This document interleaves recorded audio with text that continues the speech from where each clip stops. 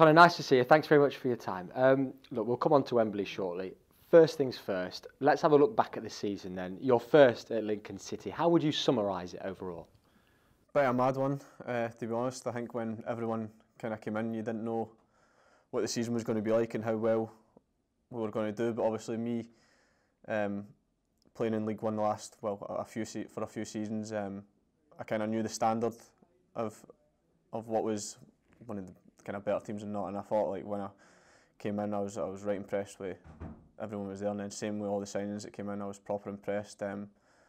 So I kind of knew then that if we, got a bit lucky, stayed injury free, we would have had a good chance. But I probably couldn't have imagined it being this good a season.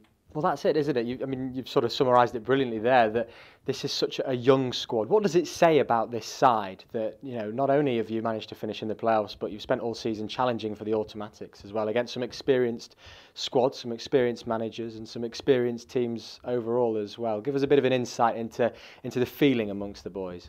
It's been good all season. It's been, apart from, obviously we had a blip kind of near the end to the season, it's been mostly winning games, which is brilliant. So confidence has been high. It's been a real kind of fierce competitive squad where, like, it's not been big, but you know if you had a few bad games that you were going to be out, because it's not a squad that people making up the numbers. It's a squad for everyone who wants to start and thinks they should start. So I think the kind of environment and the culture that's created has been massive for us.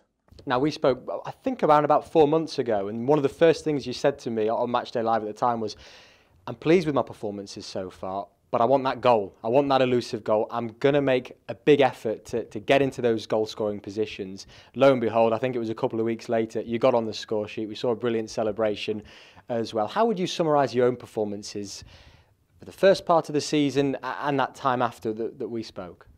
Yeah, I would say the first part of the season I was kind of content but not happy. I thought I was doing well in a team that was doing really well, and I think for me I have to be scoring more goals. I think I went for a wee period of scoring, but I've missed a few chances in that. So when I got injured, it was a real focus of mine to, when I got back fit, to help the team with goals, because I think at the time it was probably George, Hops and Lewis that were the only guys that were scoring. So I think me having that wee kind of run was good, but again I've missed a few chances since then. So hopefully I can get back into the goal scoring run tomorrow.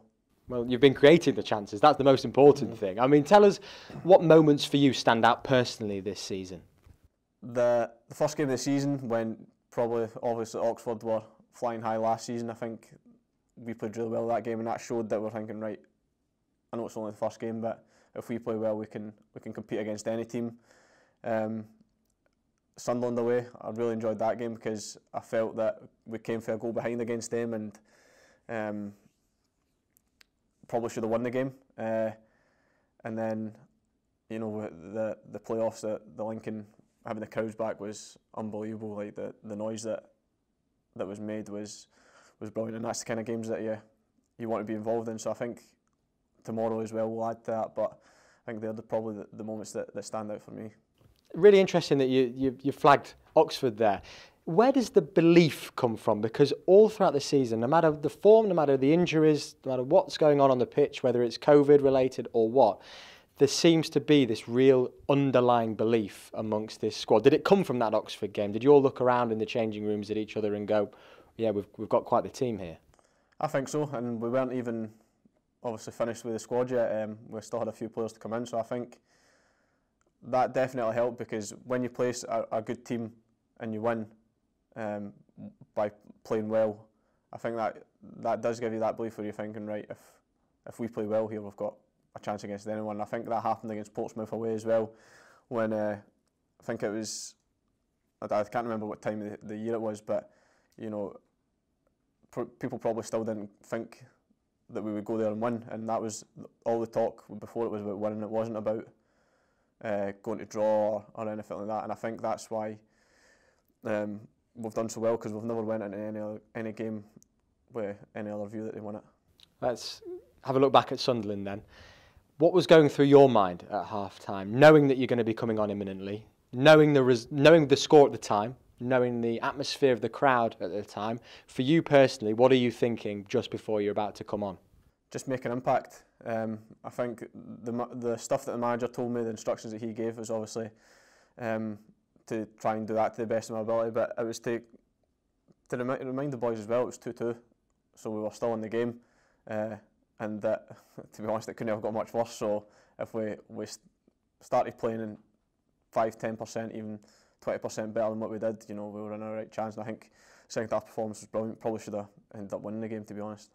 How difficult is it as a substitute to come in and make such an immediate impact, in such a big game, in such a massive stadium as well? Because you did it straight away. There was no 10 minutes, there was no time to sort of waste, was there? You played almost, in a good way, like a man possessed.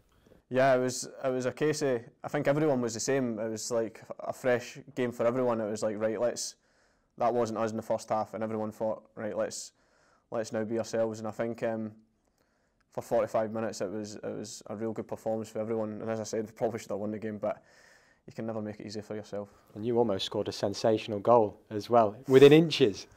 Yeah, that's one of the challenges I'm talking about me missing. I just done everything right until the finish. I've seen what I was going to do in my head, just got under the ball a bit too much.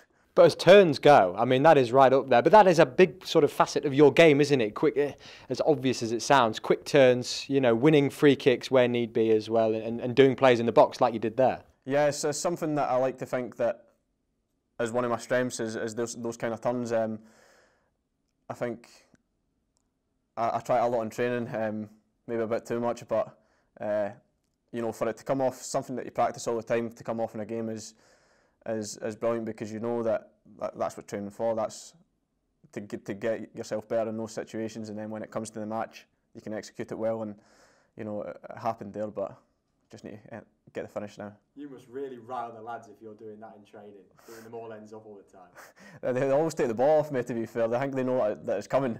I need to stop doing it, and then just take it out for the games. Just on the crowd that I mentioned before at the stadium, how much do you think that will benefit you as a squad? Because there are some players, I know you've played at stadiums with crowds bigger than the 10,000 at Sunderland, but for some of those players they haven't. How much will it benefit them going ahead to Wembley, playing in front of a crowd like that? Not only playing in front of a crowd like that, but dealing with it as well. Massive. I think you could see it was probably for a few boys, it was their biggest ever game, biggest ever crowd, and I think the noise that they made definitely did have an impact on the game, but I think it shows the character of the squad and those players, that second half, they didn't let it bother them. They didn't let what had happened in the first half carry on in the second half, and I think that was amazing to see for some of the boys.